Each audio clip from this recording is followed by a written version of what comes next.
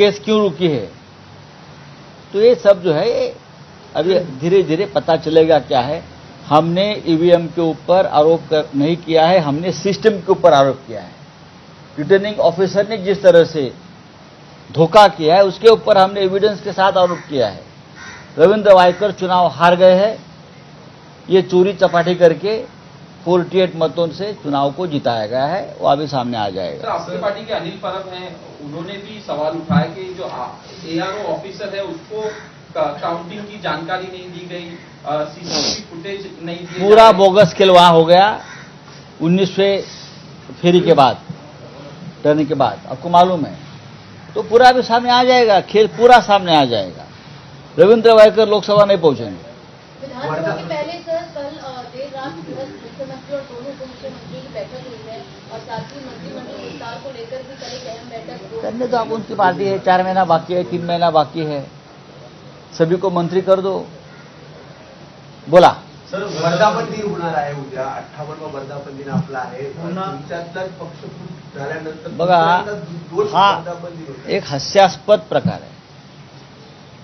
मी काही ठिकाणी पोस्टर्स वगैरे पाहिले, तुम्ही सांगता येता उद्या शिवसेनेचा हिंदू हृदय सम्राट शिवसेना प्रमुख बाळासाहेब ठाकरे यांनी 58 वर्षापूर्वी शिवसेनेचा पाया घातला।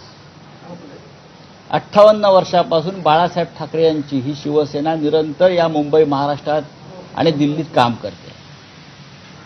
आम्ही सगळे त्यांच्या विचाराने भारावलेले तेव्हाचे तरुण कॉलेजमध्ये होतो, कोणी शाळेत होतो, तेव्हापासून आमच्यासारख्या तरुणांनी बाळासाहेबांच्या विचारांचा भगवा झेंडा जो आमच्या खांद्यावर घेतला, लाखो माझ्यासारखे लोक आहेत, करोडो आहेत, त्यांनी तो काय ठेवला नाही।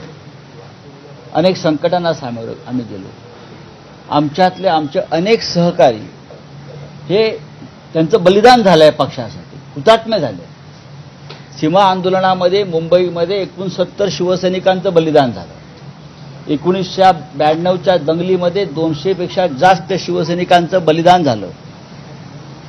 अनेकदा आमचे शिवसैनिक तुरुंगवास भोगला आम्ही सगळ्यांनी, पण आम्ही पक्षाशी इमान कायम ठेवलं आणि म्हणून आज बाळासाहेब ठाकरे यांची शिवसेना उद्धव ठाकरे यांच्या नेतृत्वाखाली त्याच जोमानं पुढे जाते गेलेली आहे। आणि आता कोणी जर म्हणत असेल ते काही ते गट वगैरे तुमचे आहेत, काय त्यांचं नाव, हां शिंदे गट, बरं का, ते म्हणत असतील आमची शिवसेना खरी, त्यांनी स्वतःला आरशात पाहावं। बाळासाहेबांची शिवसेना स्थापन झाली तेव्हा ते कुठे होते, कोणत्या गोधडीत रांगत होते? डोम नावाच्या सभागृहामध्ये कुठेतरी हे डोम कबळे जमणार आहेत उद्या। नाही, असं म्हणतात की बाळासाहेबांची विचार आहेत त्याला जनाधार आहे। म्हणजे काय असतं ते? पैशाने मतं विकत घेणं, वायकरांसारख्या विजयाच्या चोऱ्या करणं याला जनाधार म्हणत नाहीत। आणि आपला पक्ष जो गट आहे तो महाराष्ट्राची दुश्मनी करणाऱ्या मोदी शहांच्या चरणाशी ठेवणं याला जनाधाराने विचारधारा म्हणत नाहीत। ते म्हणतात की वाघाने वाघासारखं राहावं, भगवं रक्त। बघा, लांडग्याने वाघाचं कातडं पांघरलं म्हणून तो वाघ होत नाही। हिंदू हृदय सम्राटांची शिवसेना, बरं का, ही उद्धव ठाकरे त्या शिवसेनेचं नेतृत्व करतायत। जिथे ठाकरे तिथे शिवसेना, हे मधून शिंदे मेंदे उपटले कुठून? उपटले कुठून? ह्यांना हे जे उपटे आहेत त्यांना भाजपने आणलेलं आहे। हे जे महाराष्ट्राचे शत्रू आहेत, मराठी माणसाचे शत्रू आहेत, त्यांची कारस्थान आहेत। शिवसेना फोडणं अशा प्रकारे हे महाराष्ट्रावरचं सगळ्यात मोठं आक्रमण आहे। मोगलानंतरचं हे सगळ्यात मोठं आक्रमण मोदी शहांनी केलं शिवसेना फोडण्याचं। त्याच्यामुळे हे जे कोण मिंदे शिंदे फिंदे कोण गट आहेत त्यांनी स्वतःला काही जरी समजले ते तरी या राज्याच्या 5-6 जागा जिंकल्या पैशाच्या ताकदीवर, म्हणजे विचारधारा आणि शिवसेना त्यांची होत नाही। नकली शब्द उद्या पुन्हा होईल, शिवसेना नकली शब्द कसा नकली होतं? आम्ही कोणाविषयी नकली शब्द वगैरे करत नाही। असंख्य काँग्रेस पक्ष स्थापन झाले, मूळ काँग्रेस पक्ष आजही आहे आणि तो सगळ्यात मोठा पक्ष आहे।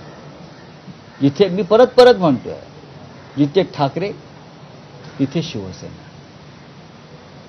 हे शिंद्यांचं जे प्रकरण आहे हे काही दिवसामध्ये बंद होईल। लोकसभेच्या याच्यानंतर नाना पटोले असतील त्यांचे कुठे कार्यकर्ते पाय धुतले आहेत. आ लोकसभेच्या याच्यानंतर नाना पटोले आहेत त्यांचे कार्यकर्ते आहेत त्यांचे पाय धुताना दिसतात. चांगली गोष्ट आहे. त्यांच्या कार्यकर्त्यांना असं वाटत असेल त्यांचे पाय धुवायला पाहिजे तर धुवू द्या, काय हरकत नाही. ते आमचा काय संबंध आहे. नाना पटोले म्हणतात की शोषित शिवसेनेला आम्ही घेऊन पुढे आलेलो आहे. शोषित असं म्हणलं. कोण म्हणते असं? नाना पटोले लहान आहेत. महायुति में बड़ा भाई को लेकर अब फिर से कोई ऐसा मुद्दा नहीं. नहीं, महायुति में शिंदे गुट कह रहा है कि वो हम बड़े भाई देखिए, रहेंगे। हमको उस बारे में कोई मत प्रदर्शन करने की जरूरत नहीं है.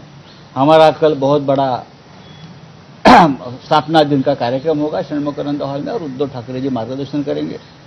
जिनको कुछ करना है करने. सेबी कार्यालयात आपले काही खासदार जात आहेत. आज जाणार आहेत. तृणमूल काँग्रेसकडून त्यांचं एक डेलिगेशन येऊन इथं आंदोलन करणार आहे. सेबीच्या प्रमुखांना भेटणार आहे. त्यात शिवसेनेकडून अरविंद सावंत आणि आमचे इतर खासदार सहभागी होतील. बहुधा मला राष्ट्रवादी काँग्रेसविषयी माहीत नाही, आणि कदाचित त्यांनाही आमंत्रण आहे.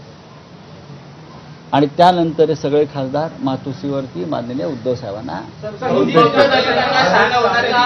सल्ला जो आहे तो प्रकाश आंबेडकरांनी येणाऱ्या निवडणुकीत दिले. क्या हो गया? सेबी कार्यालय में आज जो आंदोलन, सेबी कार्यालय में तृणमूल कांग्रेस की तरफ से पश्चिम बंगाल के सांसद आज सेबी कार्यालय में आकर जो एग्जिट पोल का स्कैम हुआ था, इस देश का सबसे बड़ा एग्जिट पोल स्कैम, विश्व का एग्जिट पोल स्कैम, उस बारे में आंदोलन करेंगे. सेबी चीफ को मिलेंगे मुझे लगता है. तो शिवसेना के सांसद भी उनमें शामिल होंगे. अरविंद सावंत जी उसी एरिया के सांसद हैं, वो वहाँ शामिल होंगे. बाद में सभी सांसद डेलीगेशन शिवसेना पार्टी के उद्धव ठाकरे साहब को मिलेंगे. Thank you. आरएसएस आणि भाजपची काल